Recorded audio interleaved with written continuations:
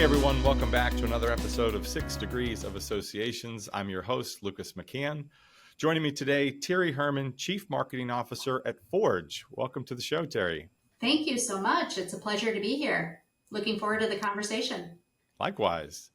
Well, as I often do, I will turn the microphone over to you, Terri. Tell us a little bit more about your current position at Forj and maybe a little bit of history, how you found associations, because maybe it's not as long a tenure, and give us the story. Yeah, you bet. I am Chief Marketing Officer at Forj, and I came to Forj because I previously worked with Forj CEO Kurt Hagenen at a previous software as a service startup. And we had a wonderful run together, had experienced a great exit.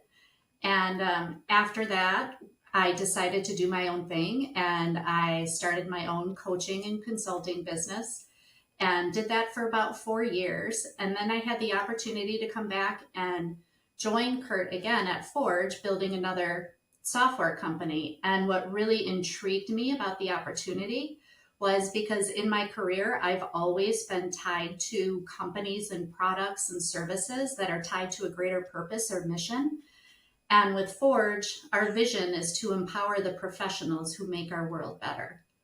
We're purpose built for associations and professional networks, and we're really designed to help associations fix the broken member experience. And it was something just that I felt ultimately drawn to be able to come and work alongside Kurt again and with the vision that we had, and two, to just really make a difference in such a purpose-driven industry.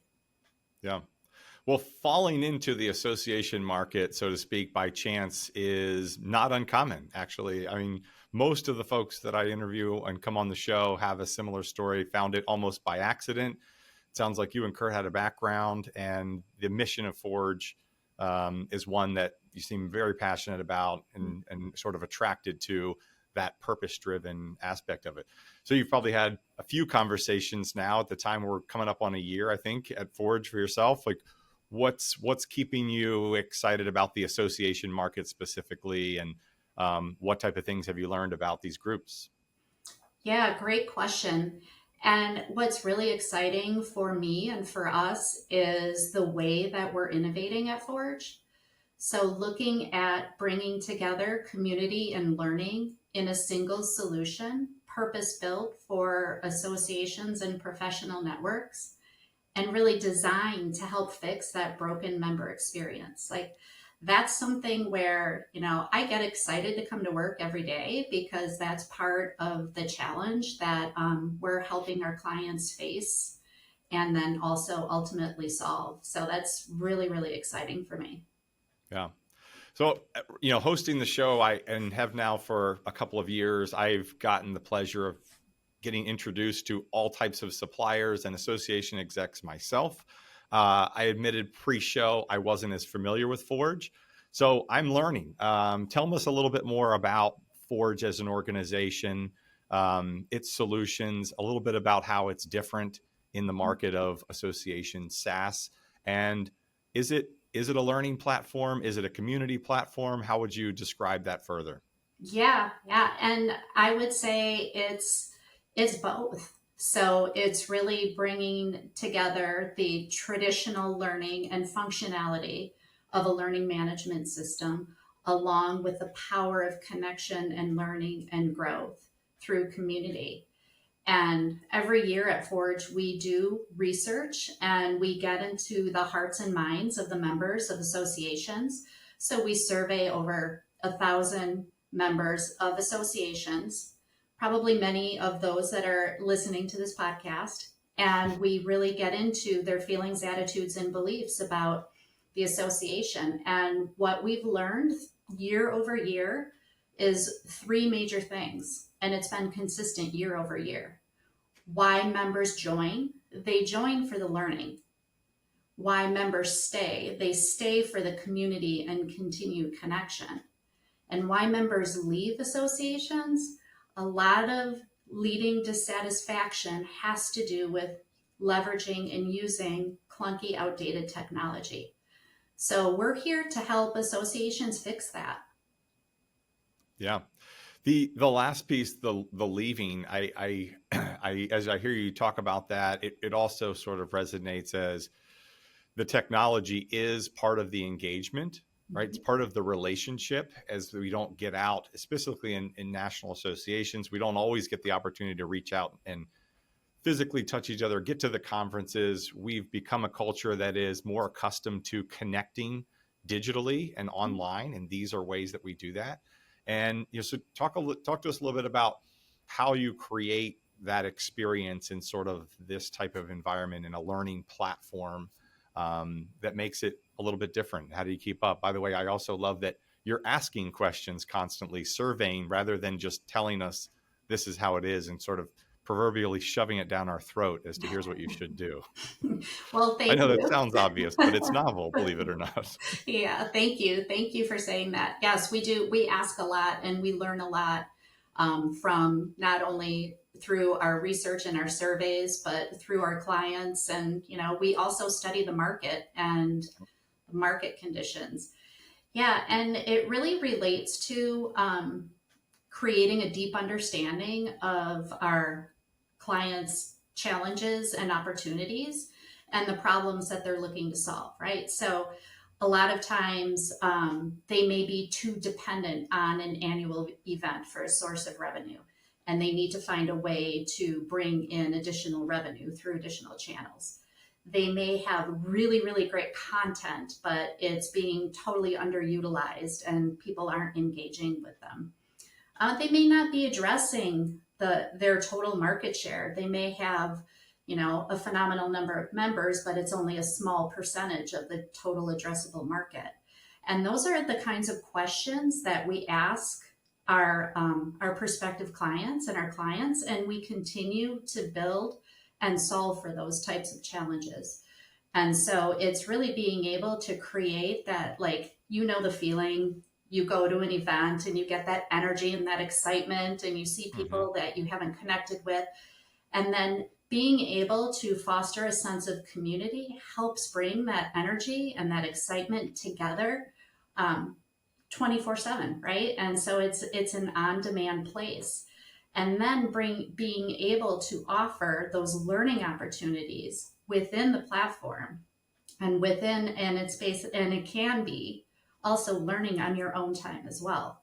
So it's really speaking to what the modern adult learner wants and expects from a technology and an experience within an association. What so I love the learning aspect of this. I'm a strong believer that everybody should be a lifelong learner. Mhm, me And too. the idea that associations leveraging learning and learning content specifically to help boost the industry, boost the knowledge of the members within the industry, like it's so key. And sometimes first to advocacy, sometimes maybe a short right behind it. Second, in terms of value, I think it's right up there. Tell us a little bit about why learning, and then how learning has changed. What are members saying as it relates to the type of learning and sort of the content driven part of that? Yeah, and there's our platform, Journey by Forj, supports traditional type of learning. So the learning that you would expect within an LMS. And then there's also the social learning aspect and thinking about social learning from the aspect of answering those questions like, who do I, how do I, where do I, when do I, and then being able to engage the individuals within the community to help answer those questions. And it's really the most vibrant communities in Journey by Forge is when they're member led. So when the members are really driving a lot of the content, the posts, the discussion threads. And so it's really looking at not only how learners learn, but it's Mm-hmm. looking at how learners also retain. So there's the learning theory pyramid where, it starts out at the top, specifically with a lecture and that retention rate. When you're exposed to different forms of learning, that retention rate gets greater and greater and greater. And what is the stat? I think it's 90% of all learning is lost within the first 90 days if it's not reinforced. Wow. That's amazing in a bad way. I Um, know. I recently had a guest on the show as a professor, University of Utah, and we were talking about learning specifically in the context of transactional learning versus transformational learning. Mm, And when you said the member led content being the most impactful and the most attractive, it connected the dots for me in the sense of there's a certain trust and bond at the member to member level that you is almost impossible to recreate as from the association level, whereas a member sharing industry knowledge and industry education to another member makes me think about just that, a transformational learning experience that you tend to retain. I was using a silly example of, my statistics class. I went to statistics many, many moons ago, and I was there to just learn statistics and get a grade, right? And it wasn't very engaging. And then versus other forms of learning and education where maybe it was sometimes student led. And I can recall those events, and I imagine that the connection something similar to when mhm. the members putting it out there. Yep, that's exactly right. There's one of our clients. This is outside of the association space, but just a memory that sticks with me. They posted in the community, like they were a COO, and they posted in the community, "I need to open an office in Singapore," and like I've never done that before, and how the community just rallied around this individual to like give him all the things to think about in terms of being able to open that office. That's amazing. There's so many groups, right? I get hit up for joining CEO groups or executive groups, Mhm. and you can pay thousands of dollars a month, right, to be part of these small groups that meet and gather and share ideas. And it sounds like you could just join the association and get inside of Forge and maybe accomplish something similar. We do, and that is our goal, right? Our goal is to empower those professionals and really to help them invest in each other and learn from each other, and to for the association to like it becomes something that's a must do, not a have to do, in terms of I want to renew my membership because I have created this amazing connection of individuals within this learning community that I need, right? Mm-hmm. Not only to engage and to do my own job better, but it's a source of happiness, right? Yeah. It becomes a necessity. I think you said that well. And from the association standpoint, what better retention tool? I mean, once you get in, it's a little bit like Facebook or any other social media. There's a lot of statistics and data around the more that you post and the more that you interact, the less likely you are to ever leave. You've deposited a part of yourself within that Mm-hmm. community, and you don't ever want to sort of eject. There's a visceral reaction to turning off your account or now maybe non-paying your dues. So I think that's just for those association executives listening who don't have this type of community, it can create some really sticky retention, I would Mm-hmm. imagine. Yeah, and if you take that a little bit further and think about like where I am in my career, and I'm at a point where I want to be able to give back, and Mm-hmm. then I know many associations that we talk to, are struggling to retain early career members, and they're hungry for feedback and knowledge and learning, but they want to do it in a way that works for them, that's modern and intuitive, and being able to create another sense of community for people like me who want to, maybe I know a lot and I'd like to teach a lot, and Yeah. then looking for individuals through mentorship, like that, somebody who wants to learn, who wants to grow from somebody a little bit more experienced in their career. Yeah, we get a lot of requests within organizations, questions about how do I attract younger members? And I think that's a great example of there are people who are at that point in their career where they're willing to give back and sort of donate their time and their wisdom and their experience. and there'd be no better platform or avenue for a draw in a younger generation member to learn in this type of environment. Hey, here's somebody who's just dripping Mhm. really valuable content and industry knowledge in an industry that I want to become a member of, or I want to pursue a career in. Mhm. Yep, that's exactly right. And it's one of the we just had a webinar on Gen Z not too long ago. It was our like the biggest attendance of our webinar series yet to date, and it was called our Gen Z Joiners. And Hmm. a lot of the attendees were attendees that just want to be able to figure out, we have the ability to attract them. How do we keep Gen Z engaged? Yeah, absolutely. Well, if there's a copy of that out there, let's include it in this recording below for folks listening. That would be great. I'm sure they'd be interested in that. Oh, you bet. Um, just peeking through, trying to learn before for our show here a little bit more about Forj. There is a non-dues revenue element to the platform as well. And for those that aren't familiar with sort of monetizing these types of products and platforms, just touch on it briefly for us. What are some of the creative ways that folks use Forj to produce other monetary means for their association? Yeah, and I think it has a lot to do with the statement I made earlier about we have great content, but it's underutilized. And there's the ability through the platform to be able to, expose the community to Mm-hmm. greater sources of education.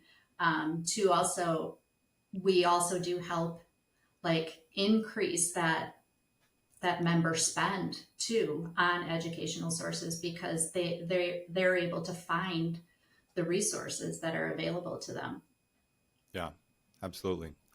Well, I want to turn the corner a bit and talk a little bit more about something else we talked about before the show, and that was empowerment. Speaking of, being at a point in a career to give back, I think empowering um, different aspects of the community, of the workforce, of your own network, maybe, and your influence and reach. Talk to us a little bit about your passions there. Yeah, thank you so much for asking me that question. It is a personal passion of mine.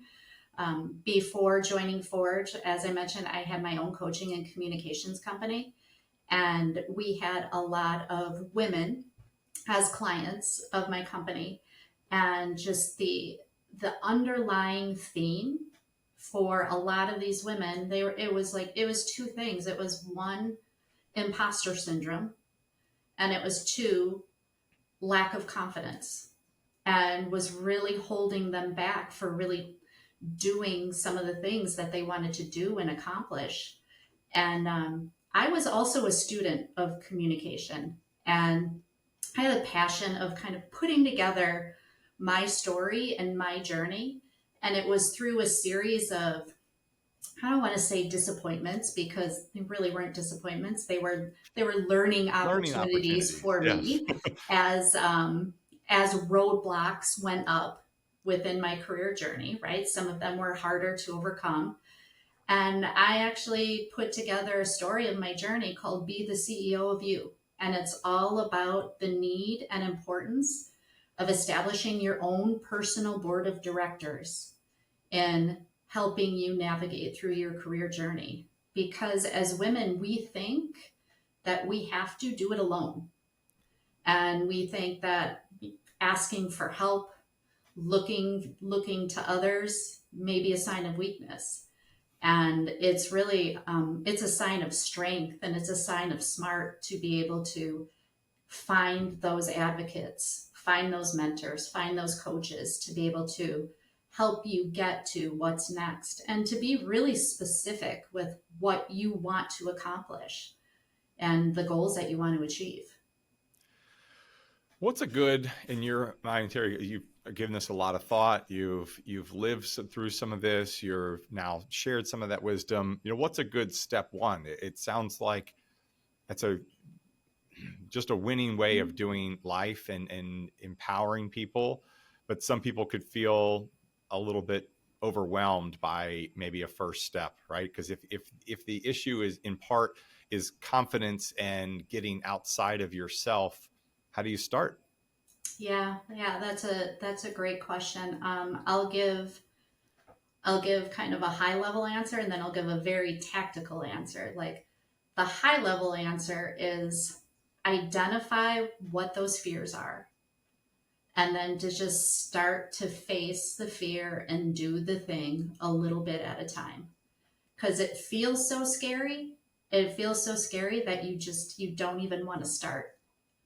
Yeah. And then to break it down a little bit further is identify a goal for yourself in the next 3 to 6 months. And whatever that goal may be, figure out who you need to help you achieve that goal. If it's your technical skills that you want to improve, if it's you want to be able to give a presentation in front of a live group, and then to identify a person within your network who can then help you go after and achieve that goal. Again, don't try to do it alone.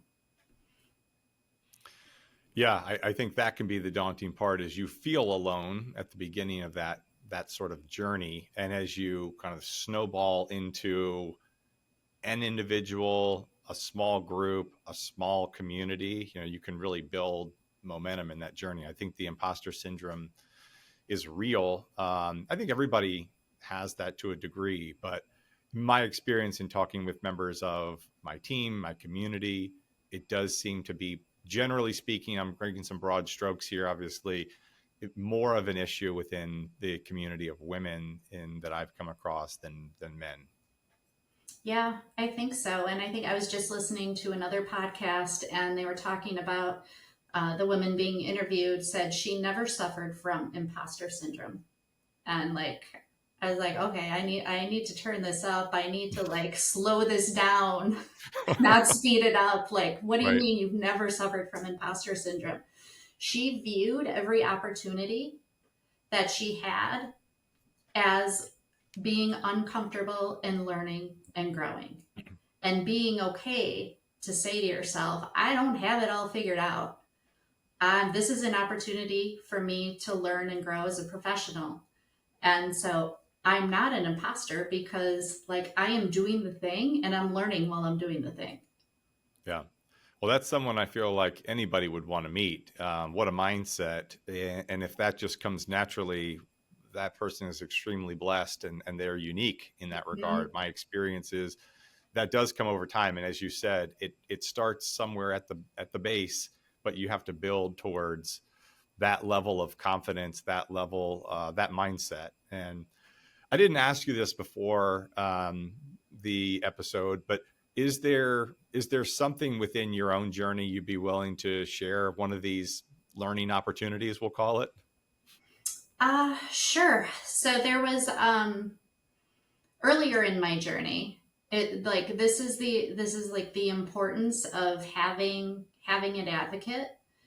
And I was working at a big global company, and I was, doing the thing. I was like putting my head down. I was doing really good work. I was hoping people would notice, right? And then I'd get that opportunity for that next level, that next promotion.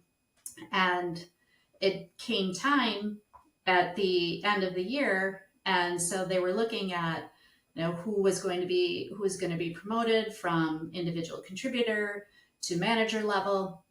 And then I looked to my left, my one of my peers was promoted, looked to my right, my other peer was promoted, and I wasn't promoted.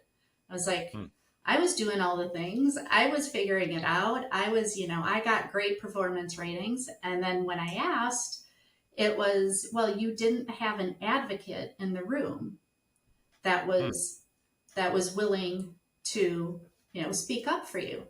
And so that was just a lesson for me to be able to say, okay, who is going to be my champion when I'm not there being able to represent myself? That's an incredible opportunity from a learning perspective, and one that if anybody out there is listening, hears and can relate. What would you tell them, or how would you have done this any different? Yeah, it's really about It's also about stating what you want. Yeah. So after I was told I didn't have an advocate, I was like, I'm going to go get an advocate. So I'm going to go and I'm going to align myself with a senior leader in the organization who will speak about my good work on my behalf. And granted, this was a time when I was leaderless, when our department was leaderless. So we were in transition in between leaders. So there wasn't a functional head that was there and that was responsible for us. And so I told this leader, I'm like, I want to get promoted. And I just like, I stated my wish. And he's like, here are the things I think you need to do. And went, did all the things, and had this advocate on the inside that was able to then speak for me when I wasn't in the room. And it led to a promotion 9 months later. That's incredible. There's something really powerful about just stating what you want. And, many will say also writing it down Mm-hmm. sort of makes it a little bit more concrete. I, get to meet with a lot of association executives. And, if I think about the trend of those that have really sort of climbed the ladder within the industry from, sort of manager on up to an executive level, there is sort of a common thread of those that were very open about their goals and not willing to hold back and say, I mean, even as bold as I want to be the CEO or I want to be the CEO of XYZ association. And Mm-hmm. those conversations, one, embolden the person and their goals. Like once you've put it out in the universe, you got to show up. There's some Yep. self accountability to that. But also to your point, that person is now built a network. I know in within their network that they want to do that. And if I'm meeting with somebody and they're a friend, a colleague of mine, if I see an opportunity for them to um, be lifted up or championed, then I'm going to do that. Right.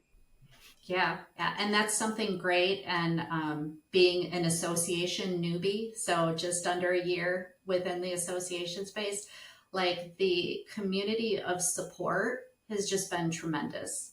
Yeah. At ASAE, I wore the first timer badge, told people I was a first timer, and then just like the willingness to be able to, like, oh, so tell me more about you, even tell me more about Forj, and just like being able to help connect you and create those opportunities for you. I think that you know, unlike some corporate America settings, like the association space is like full of individuals who want to lift each other up.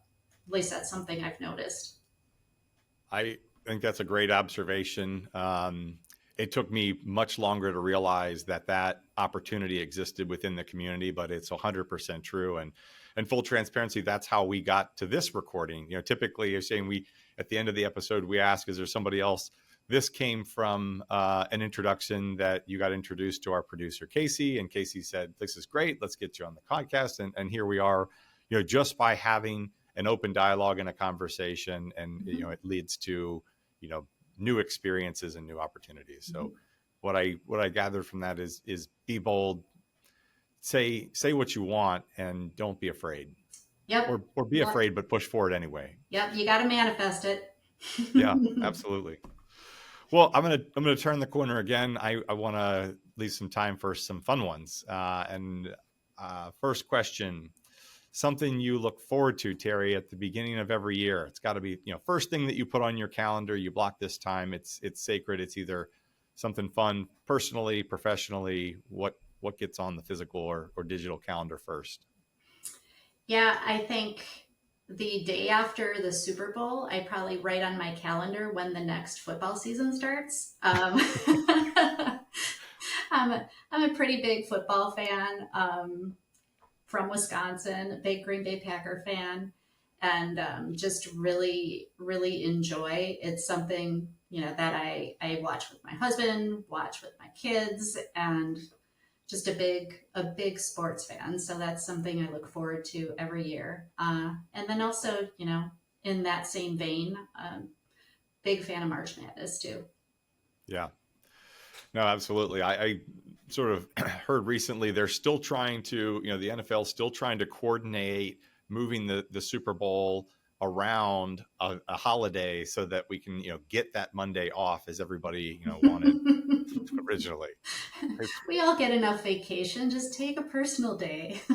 Well, that's the default anyway. I think for most people is like, well, look, I'm going to be out that Monday, and nobody says anything. It's usually a pretty quiet day. Only second to the Thursday and Friday at the start of March Madness when emails are down. Screen streaming is way up, but emails are down, right? Yeah, lowest productivity days, right? Yeah, exactly. Um, I kind of mentioned before, I'd be interested if there's any marketing tools that you enjoy using, and you shared a couple of other sort of marketing trends, or talk to us a little bit about what's fun in marketing and what you notice. Yeah. It's I'm all about experimentation, and really like treating marketing like a puzzle in an innovation lab. And there are a lot of technologies emerging now where you can test and trial them. There's one in particular called RB2B. That's an up and coming technology. They have a free version. Um, I'm a big fan of Apollo and using Apollo for intent data and being able to drill a little bit deeper into contact data and efficiency. But right now is a great time to be a marketer because you can take advantage, and if you have the time and the bandwidth to be able to create those experiments and to test and see what works and what doesn't work. And what I would also say is everybody's leveraging AI now, which you should leverage AI to help create those efficiencies, but nobody wants to be treated like a robot. So being able to cut through the noise and the clutter and to be personal with your messages, do your research, find out more about who you're targeting, and really make that message and that outreach personal, because that's gonna cut through more than any kind of tool or technology that's gonna save you time. Yeah. Well said. And for the listeners, if you heard those two tools, write them down, or maybe we'll try to post those also in the with the content that comes along with the recording, because you'll want to check those out if you're not familiar. And then lastly, Terri, something about Terri that we couldn't find on your resume, or putting on the proverbial Google search, not on the web, not on the website. Yeah, I'll give you one professional, one personal. So professional, about 18 months ago, because I've been in marketing for a long, long time. I think we stopped counting after 20 years. At least that's my rule of thumb. I've managed to create a network of some really fantastic marketers, and about 18 months ago, created a little marketing collective of people through different I've experienced through different companies and paths along my career journey. And we get together every 6 weeks. We talk through not only marketing challenges and like the tools and technologies, but we also talk through and help each other with our own advocacy. And just the last time that we got together, there were two individuals who were impacted, and who were looking for other jobs, and then just the ability for this small collective to rally around one another and to help support one another. So that's something I'm really proud of that you wouldn't find on my resume. And then the other thing is, I'm a mom of two, and my oldest daughter, before she went away to college, she asked if I would get a tattoo. And Oh, never having a tattoo before in my life. I was 48 at the time. And I was like, no. And she's like, really? You wouldn't get a tattoo? Like, you wouldn't get a tattoo of a little sunshine because you used to sing, "You are my sunshine" to me every oh morning? my goodness! Look at her just working it. Oh my gosh. And she's in law school now. I'm like, perfect. Oh, So, yes, I have a tattoo, a matching tattoo with my daughter. that's great. That's great. Well, Terri, thank you so much for joining us today. As I have the pleasure at the end of wrapping us up also to ask you, is there somebody within your network that you think our audience would benefit from hearing from? Yeah, I have to give a shout out to one of our clients, Heidi Ellis. She's with ISTE, and I think she would be a fantastic interview. We talked a lot at the beginning of our time together, a lot about the power of Forge Connect or community, and she's really been able to build a quite thriving community, and she'd be a great guest. Excellent. Well, thank you for the referral and the digital tip of the hat to Heidi. Look forward to having that conversation, and thank you again for your time today. Yeah, you bet. Thank you.